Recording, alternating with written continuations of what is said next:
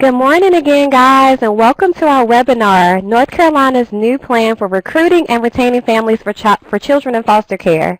So if you haven't done so already, please download the handouts by clicking on the link on the slide that you see.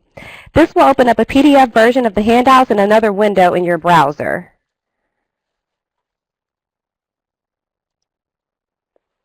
So this webinar was developed through funding from the North Carolina Division of Social Services by the Family and Children's Resource Program, part of the Jordan Institute for Families at the UNC School of Social Work. Today's goals for this webinar: by the end of this webinar, guys, we hope that you'll be able to explain NC's new diligent recruitment and retention plan, describe the plan's concrete implications and requirements for county child welfare agencies, and private child placing agencies. We are one system. Public and private agencies are partners working together to achieve the best possible outcomes for families and children involved in the child welfare system. Many of you have already found the chat box. So you will see that there are two options in the bottom left of this box that lets you send a message to everyone, or you can just send a message to the host, so meaning us here at UNC. This will be our primary way that you can communicate, so you can use this box to send questions or comments, and we'll try our best to answer all your questions during this event. This box sometimes moves a bit fast, but no worries. We have someone who is going to help us keep track of the questions. A special note about the questions: we're going to monitor the questions via the chat box, and we're going to answer them as soon as possible throughout the webinar. There's also going to be a follow-up document that answers questions asked during the webinar. This document will be emailed to all registered participants and posted with the webinar recording. The webinar recording will be on NCSW Learn and on the Family and Children's Resource Program webpage. And that website address is fcrp.unc.edu/webinars.asp. So guys, please use the icons to get our attention. So in the top toolbar, if you can click on the drop-down arrow, you'll get this little guy that looks like he's waving at you. And if you click on that, if you click on the drop-down arrow beside the little guy waving at you, it'll give you several icons. In those icons, it has the raise your hand option. So if you guys are representing a group in your county now, if you can let us know by clicking the raise your hand icon.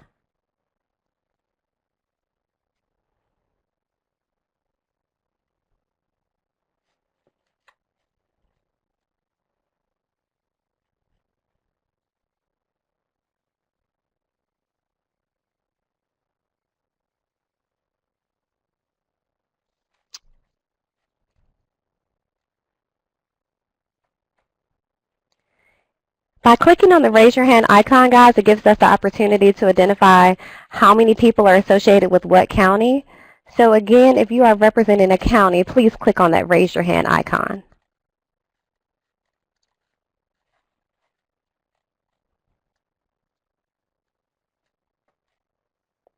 All righty, thank you guys. We have a great mixed group today with county and private agencies.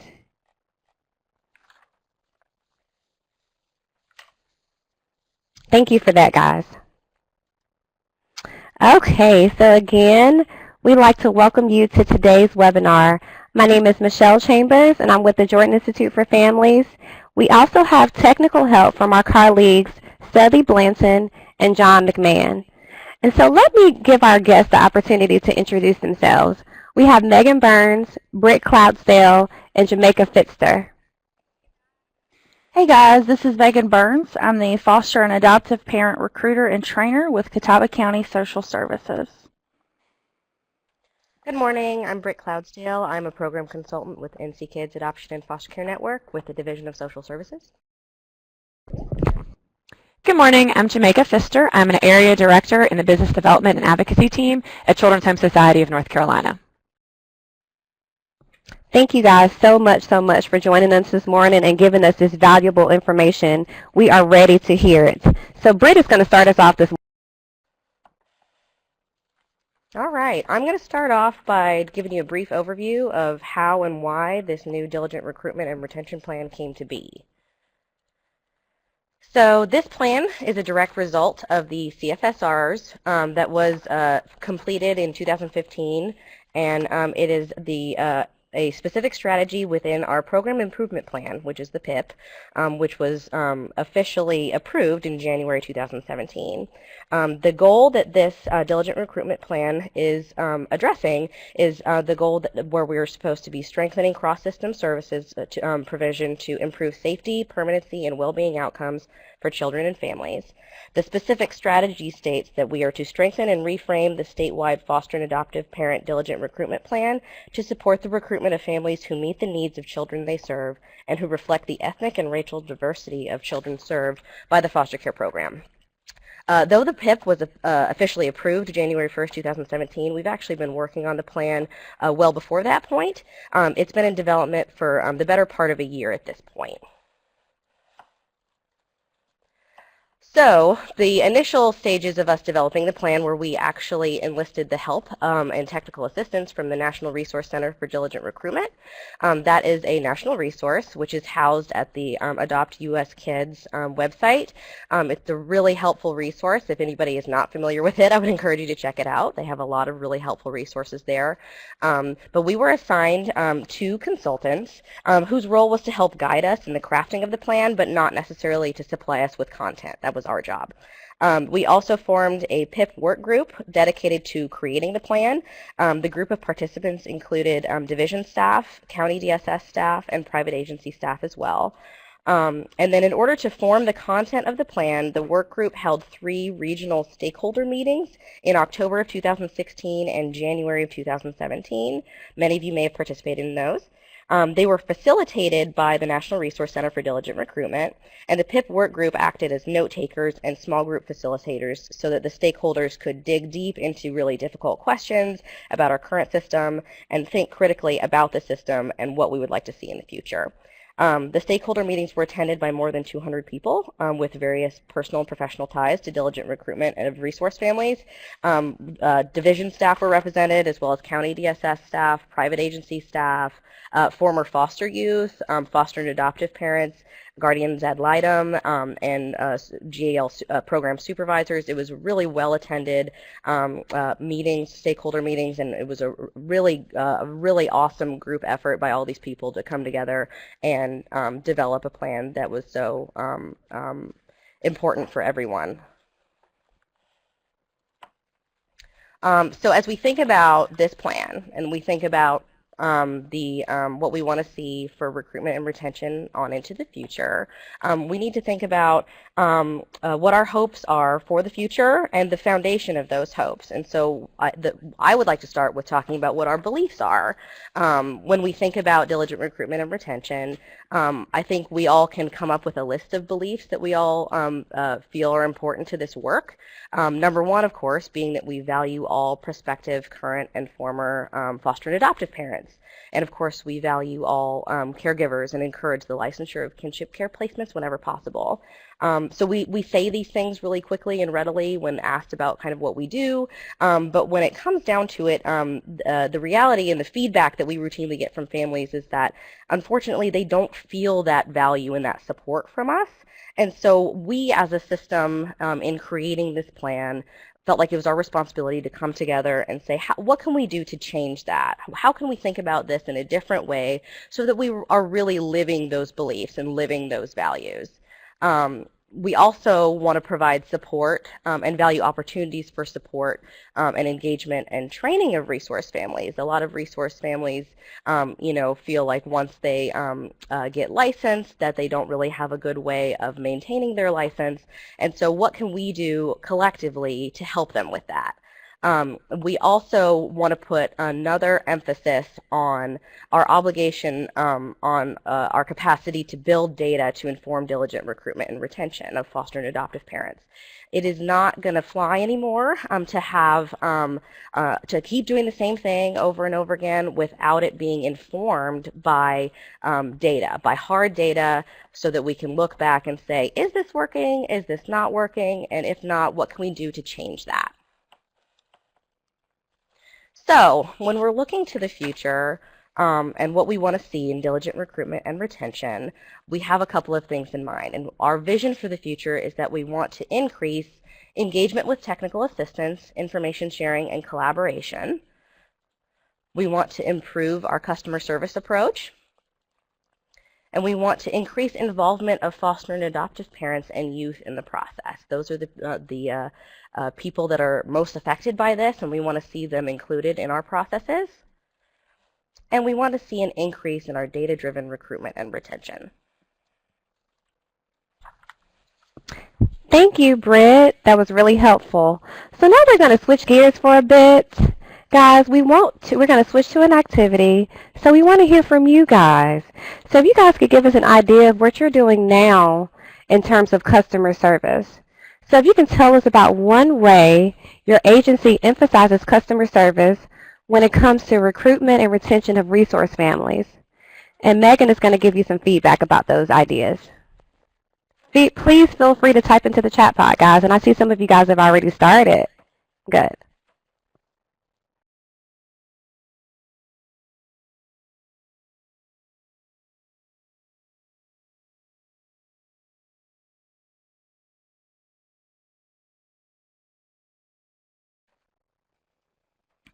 All right, so I'm seeing some pretty good responses here. One thing that seems to be coming up is returning calls within 24 hours or less, quick response time to people calling. That's huge. That starts us off on the right foot with these families, feeling like they're going to matter to us and that we're going to respond to them when needed. Also, having staff available 24/7, someone that they know they can call any time of the day to help them during crisis is really important. I'm also seeing some things here about surveys, satisfaction surveys, so you can get actual feedback, numerical feedback, as well as comments from families so that you can better improve your system with your agency. Thank you so much, Megan. So we're going to just switch gears for a moment again, and now we're going to get some information about data, guys. So how are you currently using data to inform recruitment of adoptive and foster families? And Jamaica's going to give us some good ideas regarding your feedback. Please start to type into the chat pod. I see you guys have already started. Thank you.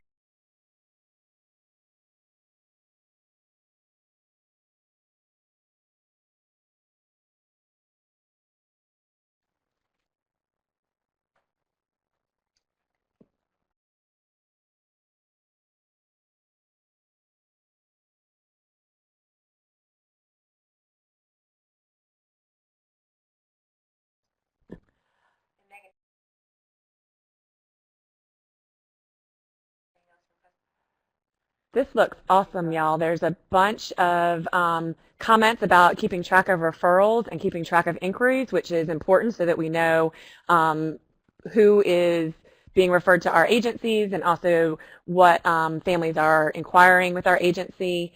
Looks like there's also some comments about state reports and capacity and making sure that we are using our families to their capacity. And tracking recruitment calls and training outcomes, types of referrals, and referral sources. Also keeping track of our foster care applications and the monthly training hours for the families. These are all great things that we definitely need to be keeping track of with regards to our recruitment.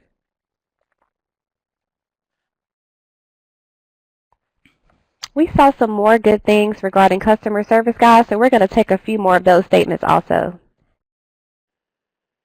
All right, one of the things that has come up several times in the chat pod about customer service are support groups. Those are wonderful to have families to have that support from people who truly understand what their journey is and what they're going through. So support groups, foster parent associations, things like that, that's awesome. I'm also seeing some things about appreciation events, just to actually be able to explicitly tell our families and do something nice for them to show them that we truly do appreciate them, so that hopefully that will change the perception of how they feel as far as being appreciated. So it looks like you guys have some really good ideas as far as customer service that you're already doing, which is an awesome head start.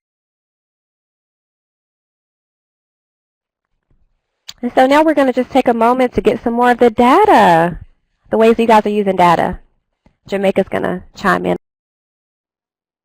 It kind of follows up on what Megan was just talking about with the customer service, because there's a lot of comments about using data to track the referrals and the inquiries, which would help with the customer service. If you can track who is calling you, then you know to make sure you're getting back in touch with them.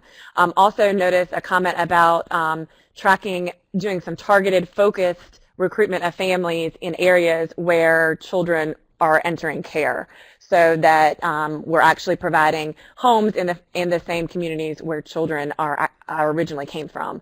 All of these are great ideas and great things.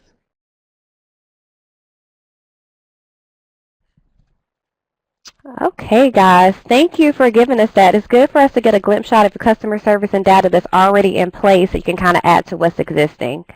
All right, so we're going to switch back for a moment, guys, into our presentation, and we're going to turn it over to Megan.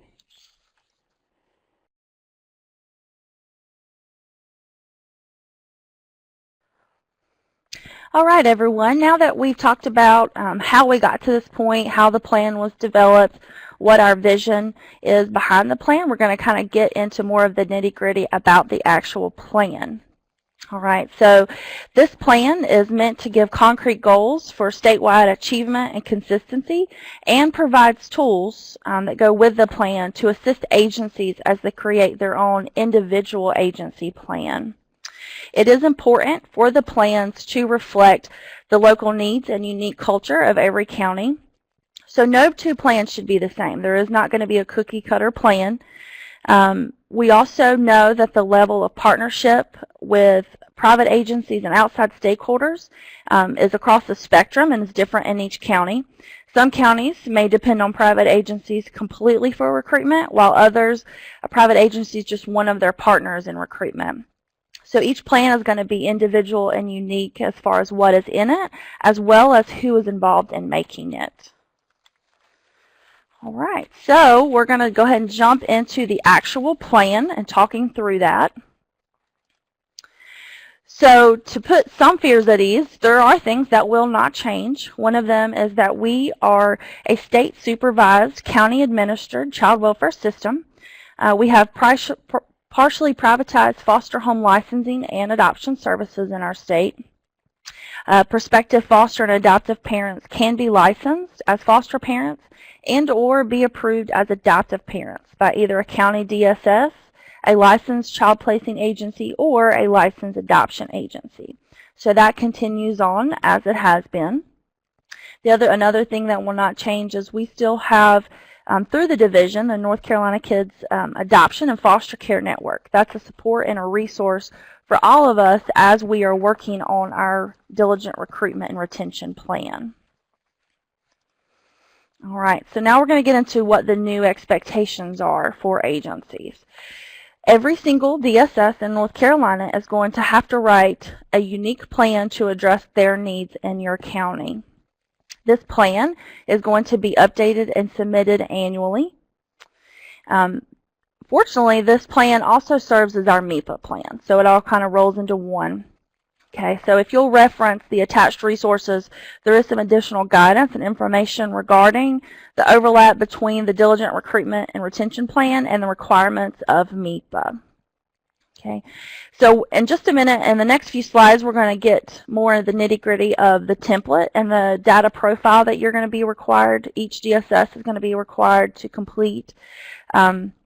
The template is a way for the division to have some consistency in information and how that information is formatted across all of our agencies, even though the content is going to vary from county to county. Also, that completion of the annual data profile, we'll get to that in just a few slides and what that entails. All right. So as we get into the specifics of the template, a few things we want you guys to remember. As you make your diligent recruitment and retention plan in your agency, you should be including your stakeholders as much as possible. That could include foster youth, foster parents, adoptive parents, kinship families, private agencies, guardian ad litems, and any other outside stakeholders that have involvement in your recruitment in your county. This plan should be unique and it should be yours. So every county is going to have unique needs in their county. So if your county needs more home for teenagers, then your plan is going to reflect that. If your county, for example, would need more homes for medically fragile kids, your plan should reflect that. But your plan should be based on what your needs are. Okay. This plan is going to be a living document, and it's updated every single year. So with recruitment, as you probably know, you do a lot of things by trial and error. You're going to be trying out new things. So when you submit your plan next year, the first time you update that plan 1 year later, some of the things you will have tried and they did not work, and you're going to take off. Some things have worked well, you're going to leave on there and leave the same. And then you're going to be constantly brainstorming new ideas to put on your plan. So it is a living document that is not meant to be stagnant and remain the same. Okay, so the actual template, I'm going to walk through the different sections of the template, is in your handouts if you want to reference that. The first part of the template is the information gathering section. This portion consists of some open-ended questions just to truly get at your agency, what your needs are, what your culture is, what your area needs. I'll point out a few of the questions for you. So one of them is describe the licensure and approval process at your agency. We are well aware that every county does things a little bit differently with their own style. So we would like to hear about that. So tell about what your county does. Another question is describe specific strategies that your agency is already using to recruit and retain families. And which of those strategies do you feel are the most effective? And do you know that because of data or because of just working in the field every day? So trying to get at how we actually know what is effective. And then another last example for this information gathering section, there's a question of asking to describe the population of children in your agency currently that has the highest need for resource families. So is it, do you need homes for teenagers, or large sibling groups of 3 or more, or children that are medically fragile? So what is your biggest need, and does your data actually back you up on that? One of the things we found when we were doing our regional stakeholder meetings was people came with completed data sheets that we had asked for, and many people were surprised to find that what they thought was their biggest need was not actually their biggest need when you actually looked at the numbers. All right. The next part of the plan is the plan development process. So this is where we're getting at involving all those outside stakeholders. So the first question in this part of the template is who was involved in the development of your plan? Did you have foster parents and adoptive parents and private agencies and the guardian ad litem? Who was there with you making the plan? And how was the plan developed? So what was your process? Did you have multiple meetings? Did you have one meeting with everyone? Did you split up into subcommittees, etc.? So just how you got to the point of making the plan in conjunction with your stakeholders. That part will be fairly, probably the shortest part of the template. And then the last part, part number 3 of the template, is plan and measurement. So this is kind of the meat of the template. So as we'll discuss in a little bit, the state's overall recruitment and retention plan has 4 goals. So what we do in the template is we have broken down those 4 goals, and we have asked counties to develop specific strategies and activities around those strategies to meet those 4 goals that are a part of the state's plan. We're going to ask, what type of recruitment is it? Is it a specific recruitment, targeted recruitment, general recruitment? Then we're going to ask you to look at potential outcomes and measures for that so that you can measure the progress you've made, or lack thereof if the strategy is not working for you. The timeline you're giving it, as well as who is responsible. So is the county DSS responsible, or is the private agency going to take that strategy? So as I said, you'll be listing those strategies and activities for all 4 of the goals listed on the state's plan. And then there is a optional place for a goal 5, where counties can create their own goals if they feel like they have something different than what is on the state's plan. Okay, and just as I've said many times, this plan needs to be specific to your county's needs and where you are. And just remember, it is a living document that will be updated every single year. Okay. All right. So many of you, as we started talking about a required plan, are probably already wondering about deadlines for this. The division has divided up all the county agencies into 2 phases of when your diligent recruitment plan will be due. When they were looking at how to divide up counties, they did take into consideration counties that were involved in the NC FAST rollout and counties that were piloting aspects of PIP. So if your county is heavily involved in either one of those things, they try to put you in phase 2 so as not to overburden you. Other than that, they truly just tried to split up the counties according to size so that there's a good mix of small, medium, and large counties in each phase. So the first phase of counties is their plans are going to be due February 1st, 2018, and the phase 2 counties are going to be due May 1st, 2018.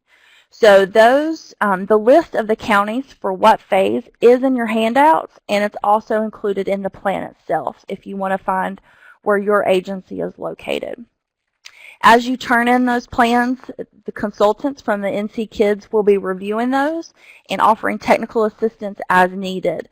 So the goal being that after all counties have submitted their plan as of May 1st, 2018, the plans will actually go into effect across the state July 1st, 2018.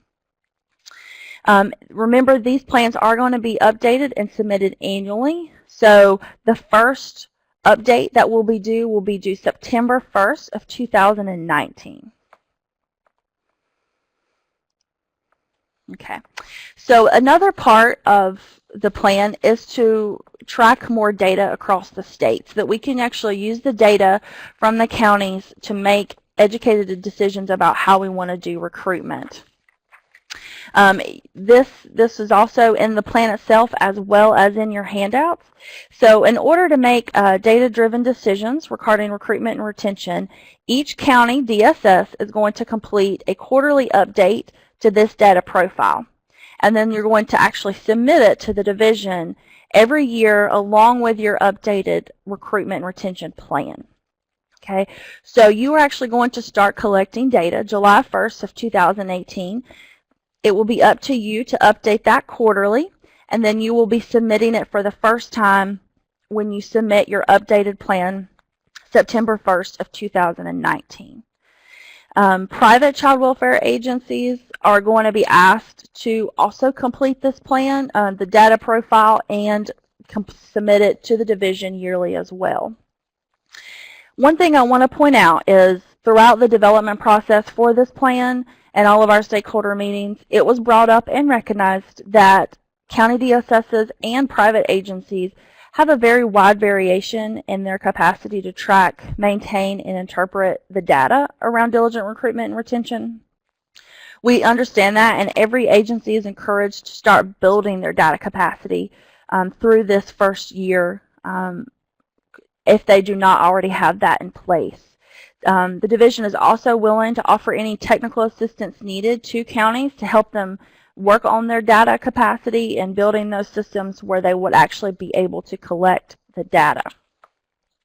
So if you look on the next slide here, it gives you an overview of the actual data points that will be tracked in that data profile. Most of these, most of these agencies are already tracking and hopefully have the ability simply to update that spreadsheet and keep it. Other counties are going to have to develop systems, as we said, to pull that information, and technical assistance is available to you. Most of the required data points are pretty basic: number of kids in care, characteristics and demographics of kids you have in care and the families you have available, how many licensed beds, how many truly available licensed beds, because we all know sometimes we are not using beds for one reason or another, and how many children are placed out of county. So those are just a few examples of the required data points that will be tracked. There also is going to be some optional data points to track. These things include how many MAP trainings you do each quarter, how the number of in-service trainings you provide to foster and adoptive parents, how many sibling groups you have placed together. So some of those things that were not necessarily required, but it's good to know. And as you submit this data, and starting in 2019 to the division, they're going to be able to compile and analyze this data and be able to give it back to all of us across the state to, again, affect how we're doing diligent recruitment and retention. Okay. So when we were doing our stakeholder meetings, one of the concrete requests that many had was the need for more resources and knowledge about what is available. Many times recruiters are kind of the sole person doing recruitment in their agency and often feel isolated, so they want to know from others what is available. So included in the plan is a resource list of things we have pulled together from stakeholders across the state. Includes things like a sample intake form or a sample satisfaction survey, an exit interview, specific types of recruitment that have worked in other agencies, sample recruitment letters, etc. So all of these resources are available to you in the plan in Appendix C that you can peruse when you have a chance.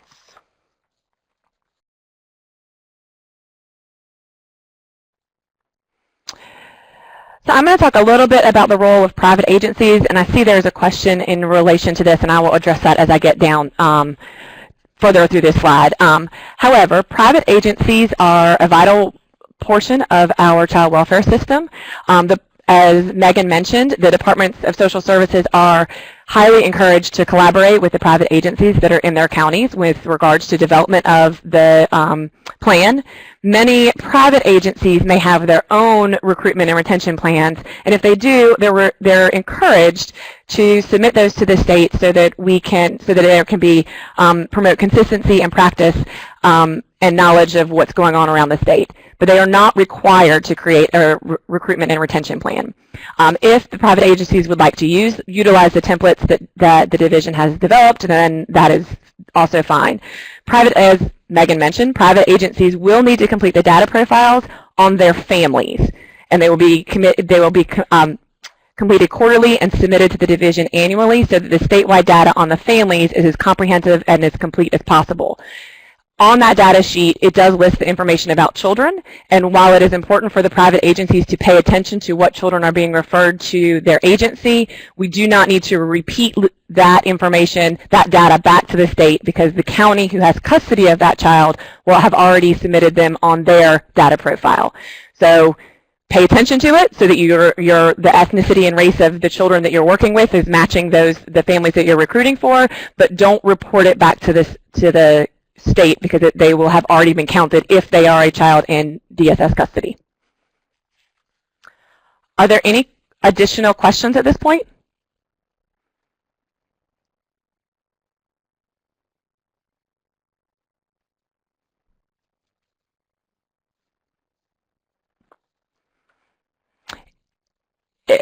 There is a question about whether private agencies need to report about therapeutic foster placements, and if they are not in DSS custody, I'm actually going to let Britt answer that question. Yeah, if you have children that are not in DSS custody, you can report data on them. In terms of what we're looking for in building data capacity, we're mostly looking for parity between the children in DSS custody and the families that we're recruiting. But if you're working with children in therapeutic placements that are not in DSS custody, you can report on them, but that would need to be very clearly noted that these are not children in DSS custody, and therefore the information would not be duplicative.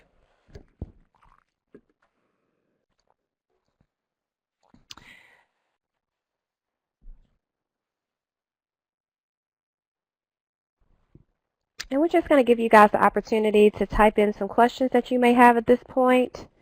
We're going to try to answer as many of those as we can, and then we're going to move along. Thank you. I see a few people typing.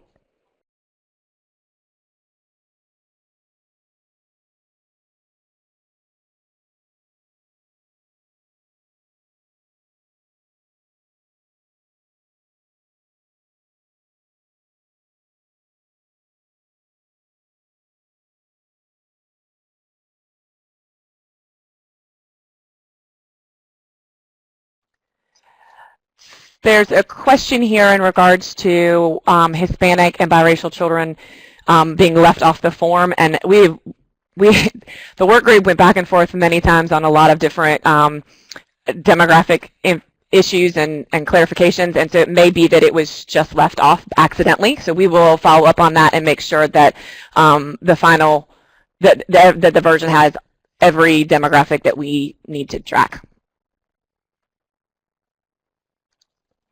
Thank you, Jamaica. And again, we'll take a few more questions at this point, so if anybody else has any questions, please feel free to use the chat pod.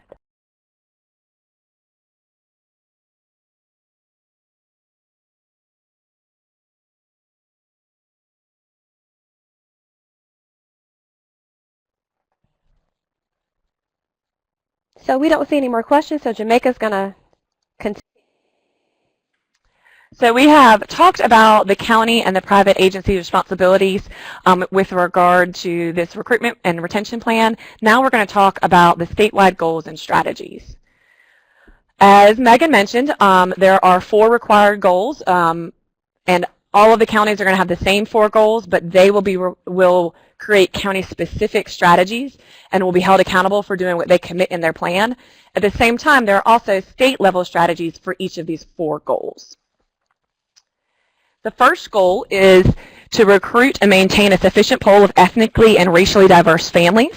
The division will provide a template for all of the counties. They will review and approve the county's diligent recruitment and retention plans, and also provide technical assistance, education, and resources specific to diligent recruitment and retention, and make sure that we are in compliance with MEPA.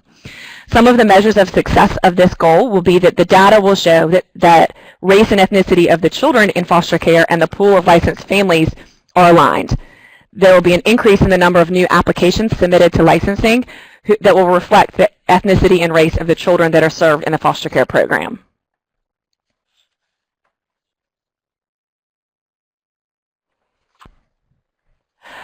The second goal is for every agency to have the capacity and ability to use data to inform and monitor diligent recruitment and retention efforts.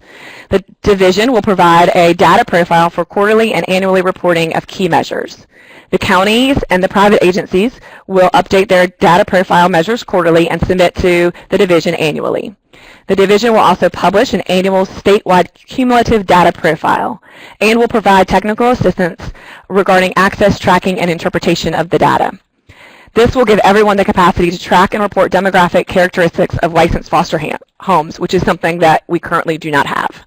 The measures of success for this goal will be an annual publication of diligent recruitment and retention data, an increase in the capacity of the county to determine realistic targets for diligent recruitment and retention based on data. There will also be a creation of state-level reports regarding licensed foster families with regards to their race and ethnicity.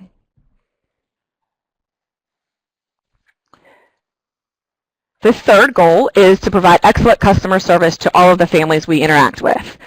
The division is going to update their diligent recruitment and retention website, but also create on the Adopt NC Kids website a decision tree that will help prospective families make an informed decision about which agency they should select when they are determining where to apply.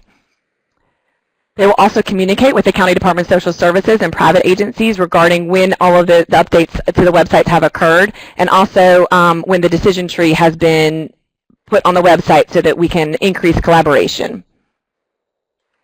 The division, the county will assess their customer service culture and identify any needs that need to be changed.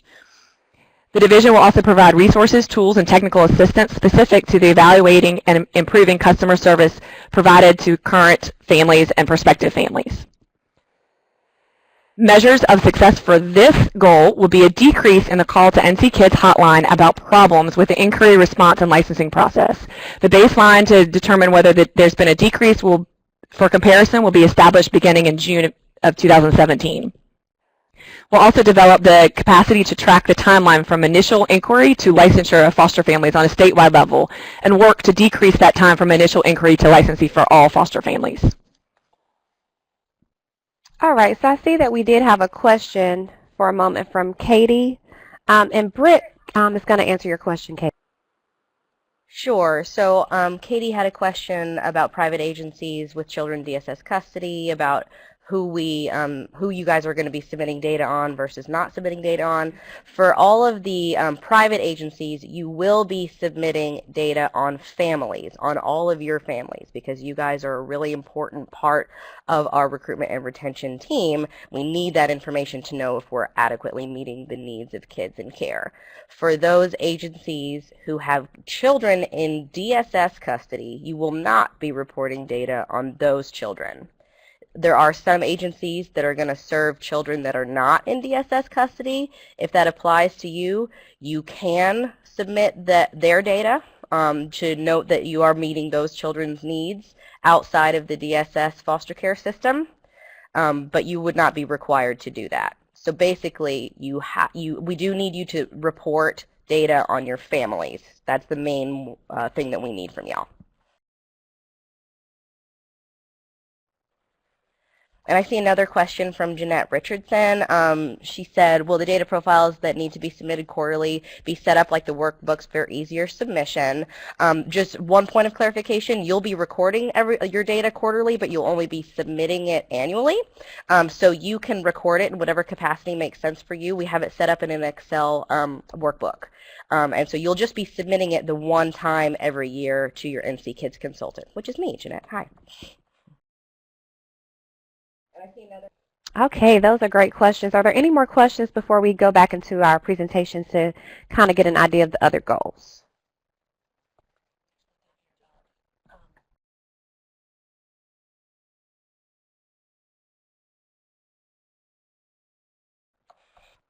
I can take that other question from Tamala Jones. With placement changes during the quarter, how can there be a true number / data with quarterly reports instead of monthly reports? It's a really good question. We are collecting point-in-time data only.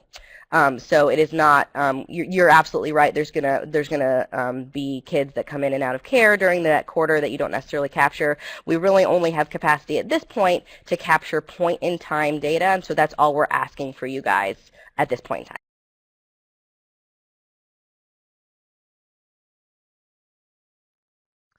Okay, this is Jamaica, and I'm going to go ahead and finish up with our goals, and then we'll pause again after this to answer any other questions that there may be. So the final goal is to have excellent customer service provided to internal and external community partners and stakeholders. So the division is going to provide diligent recruitment and retention resource lists, sample documents, and appendices to county and private agencies. They're also going to implement quarterly diligent recruitment and retention calls to increase the communication, information sharing, and collaboration. We found during our stakeholder meetings that there was a lot of good things happening in various places, but nobody was communicating them across agencies, across counties, across the state, so that we could duplicate efforts that were successful and productive. So hopefully those calls will help with that. Additionally, there's also going to be additional webinars and state publications to provide topic-specific resources, training, and information sharing. Some of the measures of success for this goal will be that the number of events, agencies, and individuals participating in the diligent recruitment calls is increasing, and that the number of requests for topics, and we'll also be tracking the number of requests for topics and technical assistance made to the division around diligent recruitment and retention. So are there any additional questions about the statewide goals or about the data tracking form or anything that we've discussed up to this point?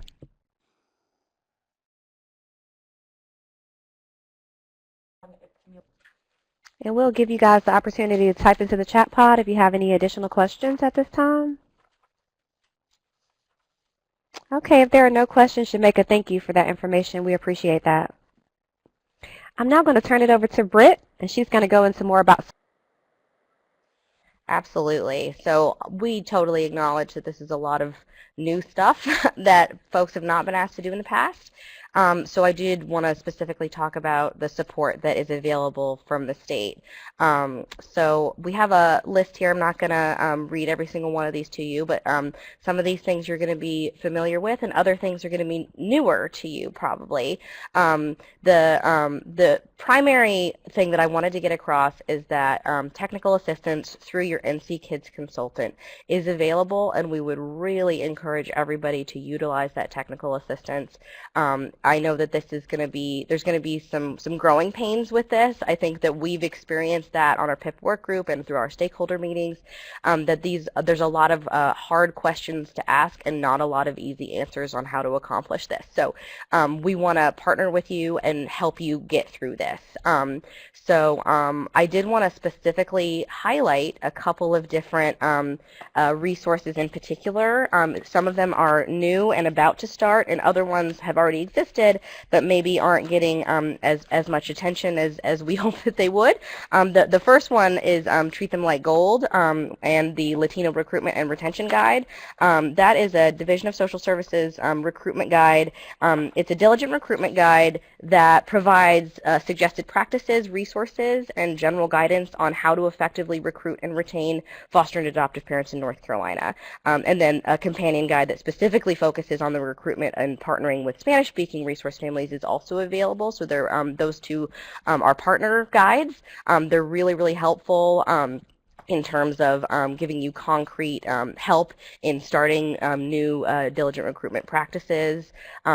Another important aspect of the diligent recruitment plan is that we added a resource appendix, which Megan also already mentioned, but it does have some concrete ways to start different types of diligent recruitment and retention. I just wanted to highlight that because I did see some folks asking for some specific guidance on how to do specific recruitment.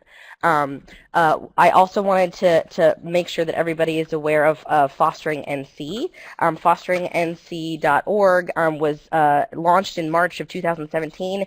The Division of Social Services launched it in partnership with UNC Chapel Hill, NC State, and Independent Living Resources. And it is a learning site for our state's foster and adoptive parents and kinship caregivers. It features on-demand courses, webinars, videos, resources, and answers to foster, adoptive, and kinship caregivers frequently asked questions. So it's a really great resource. We did make sure to note that if resource families are hoping to get in-service training credit, that they need to go back to their agency that licensed them to make sure that they would be approved for that credit. But I did want to make sure everybody was aware of that. And the division, as well as our partners, are going to be maintaining that and updating the learning site with additional resources. Also, starting in October of 2017, we're going to be starting the statewide diligent recruitment calls and trainings. Throughout the development of the diligent recruitment plan, like Jamaica was just talking about, it was recognized that there's a significant need for regular ongoing communication and collaboration between agencies and the division on topics related to diligent recruitment and retention. The stakeholder meetings were a great opportunity for lots of different folks to come together and talk about stuff that we're passionate about, and so we wanted to create a platform to do that. So the statewide diligent recruitment calls are going to be in the same format as the Staying Connected calls, formerly the MRS calls, so it'll be a format that most folks are familiar with already, and it is, we're going to have a variety of different topics, and really it'll mostly be an opportunity to talk with your peers about what's working, what's not working, ways to improve your system, that kind of thing.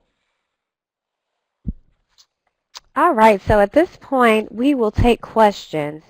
So those of you guys, you've gotten all this valuable information, so please feel free to type into the chat pod any questions that you have right now, and we'll try to answer those.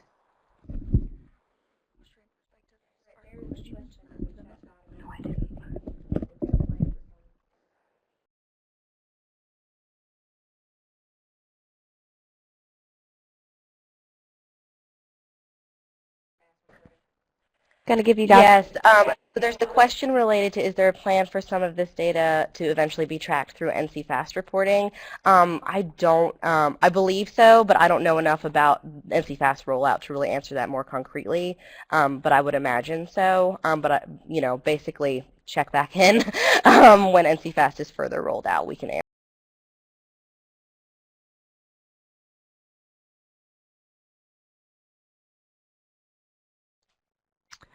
I also see that there's a comment by Dana Gracie about that NCFAPA has a steering committee to reestablish this resource. Which resource are you referring to? I'm guessing it might be the Treat Them Like Gold, but I just wanted to double check.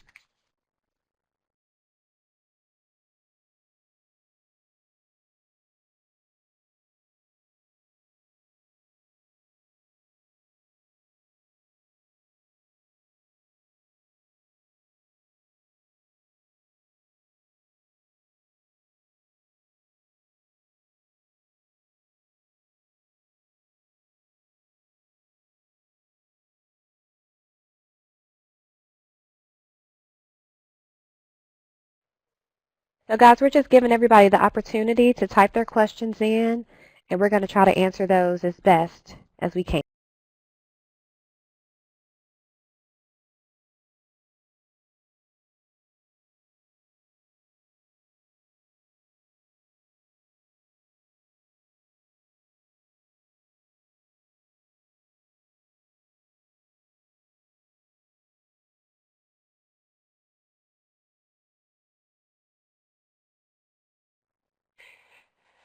Just to clarify and reiterate, so if you are a private agency and you have children that are in DSS custody that are placed in your homes, you do not report them on your quarterly and annual reports. The county that has custody of those children, even if the children are placed in a different county in a different private agency, the county that has custody of the children is the one that's reporting the children. Private agencies should be aware of the demographics of the children that are placed in their homes so that they can then recruit families that match those demographics. However, private agencies with children in DSS custody do not report the information on the children back to the division.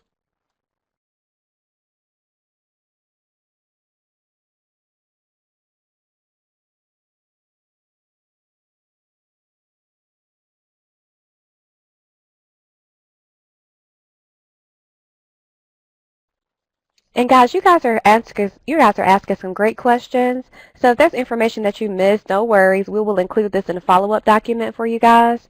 So again, no question is a dumb question. So please continue to ask questions. We'll give you guys a few more minutes to do that. And again, we'll try to answer those as best. And I see another question from Nancy Daniels. She asked, can you speak on the process for connecting to and accessing TA support? Awesome question. So you're going to be accessing TA support at this time directly with your NC Kids consultant. Within your handouts, the NC Kids program consultant assignments by county are in the handout that is also included in Phase 1 and Phase 2, where it tells you which counties are in which phase.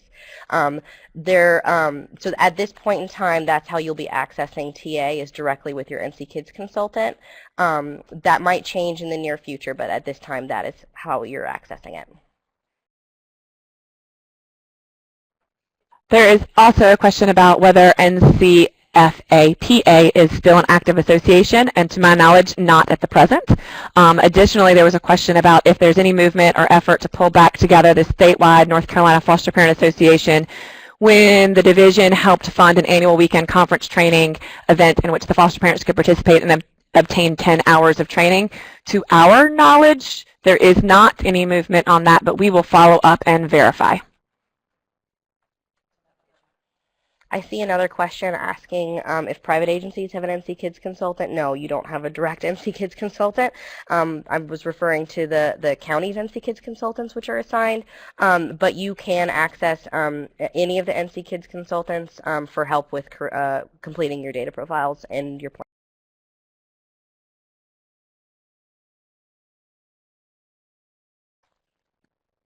Again, these are great questions so far, and we're going to take a few more minutes to answer some pressing questions.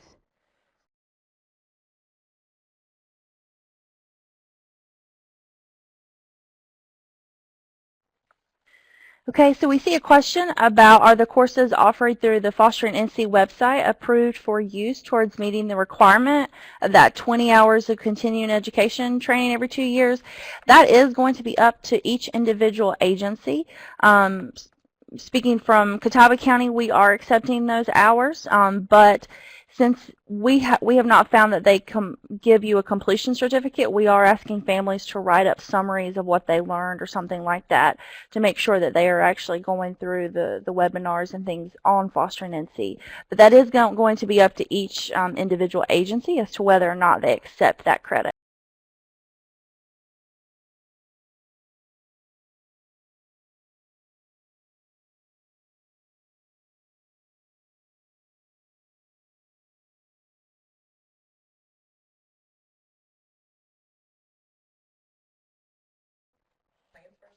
I see a question from Christine Potter. She asks, is there any plan to have statewide adoption training for families transitioning from fostering to adoption? At this time, there are no plans for that. I know there's a great need for training across the board, but at this point, there are no plans.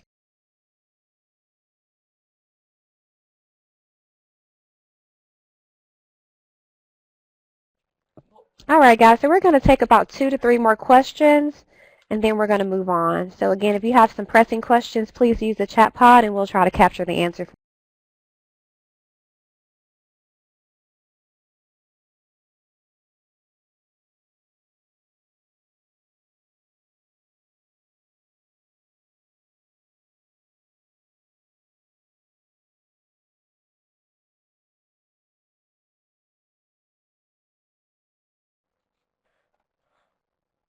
In reference to Melissa's question, she asks, has it been considered to increase the 30-hour MAP training to prepare our families more so that we decrease placement disruptions, burnout? Really good question. I think that we could talk for a really long time about training needs, and because we all know that preparing our families adequately is really, really important.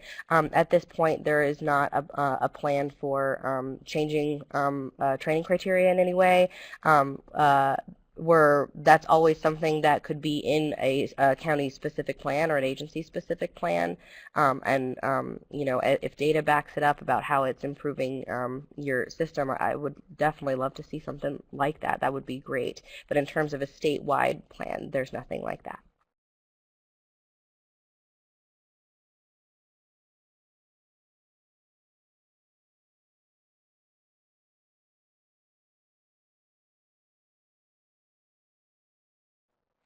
And I see Valerie asked, will the diligent recruitment and retention date profile form be a DSS form that is on the DHHS website so we can track when it is updated, corrected? Great question. Honestly, I'm not sure. I think that is something that we can talk about, but at this point we don't have.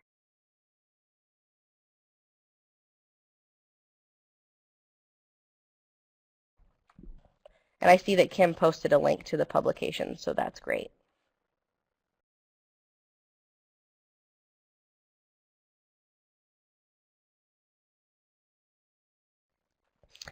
Okay, guys, so we're going to take one more question.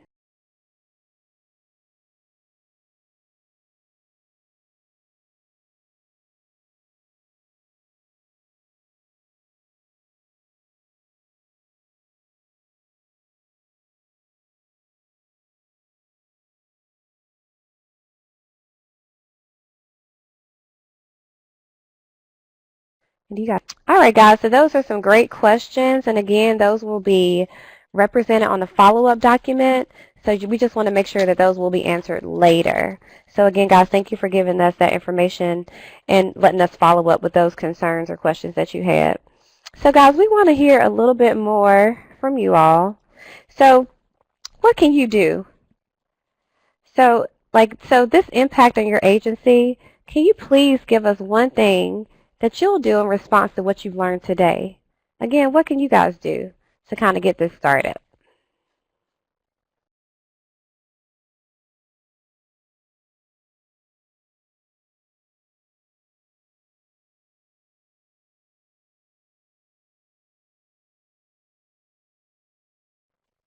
And I see several of you guys are typing.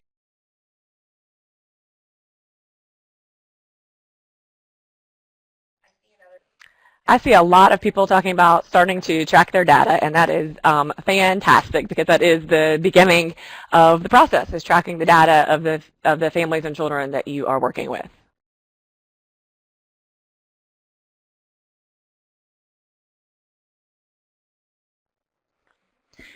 I've also seen several people comment about increasing collaboration with other agencies and start working on those meetings to start developing that plan, and that's awesome. The sooner you can get started on that, the easier it will be to meet that deadline, whether you're phase 1 or a phase 2 county. So good job for that.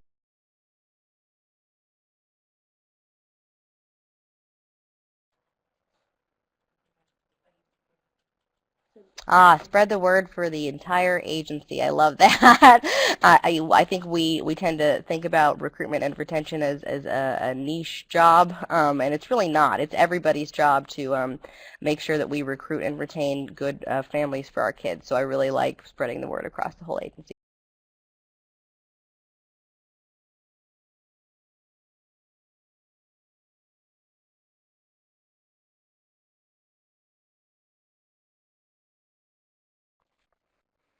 So I'll comment about trying to get some additional staff resources and maybe some additional trainers. That's awesome. The more MAP classes you can hold or trainings you can hold, the more foster and adoptive parents we can get through the system to be able to take care of our kids. So trying to get extra resources to get families through in a more timely manner will just improve customer service and hopefully help us meet all of our goals.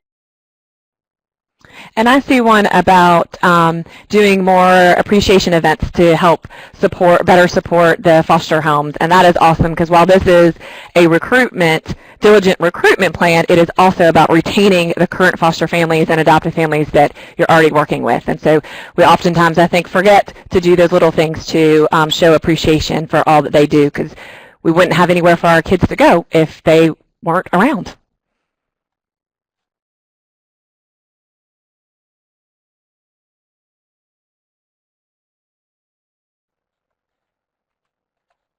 I really like that, Sheila Sutton mentioned continuing collaboration with the other 3 counties. That cross-county collaboration is a lot of times really important for agencies that don't have as many resources and need to spread them out across different counties. I really like that, and I think that touches on what we've been talking about throughout this, is that we're all one system, and these are all of our kids. So I really like that cross-collaboration.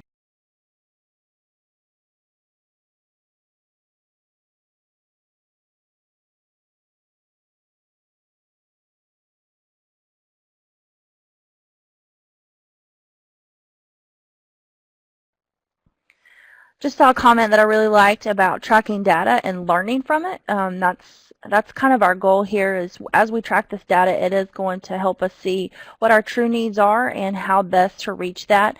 And if we're tracking data on what recruitment techniques are working and which ones aren't, and we can share that and collaborate with each other, it's just going to improve our system overall.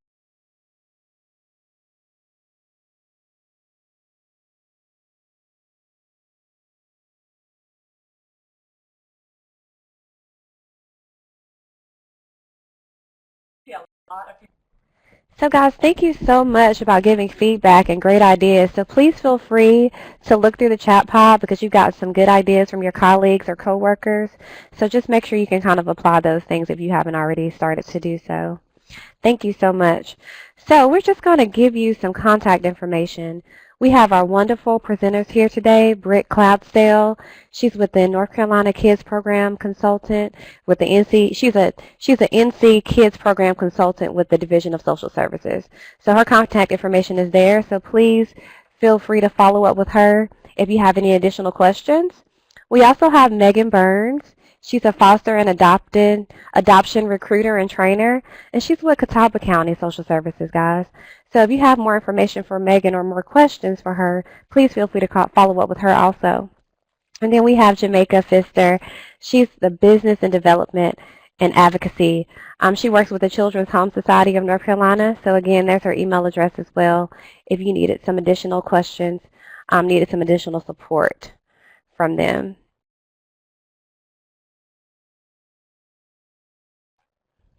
These fabulous ladies were all chairs of the work group, so they have firsthand information about what went on. And again, they'll try to answer your questions as best they know how at a later date. And again, we will capture questions, so if we can answer those questions later, we'll do that also. So again, thank you guys. And feel free to chime in and type questions into the chat pod. We will not address those now, but they will be on the follow-up document, so keep that in mind.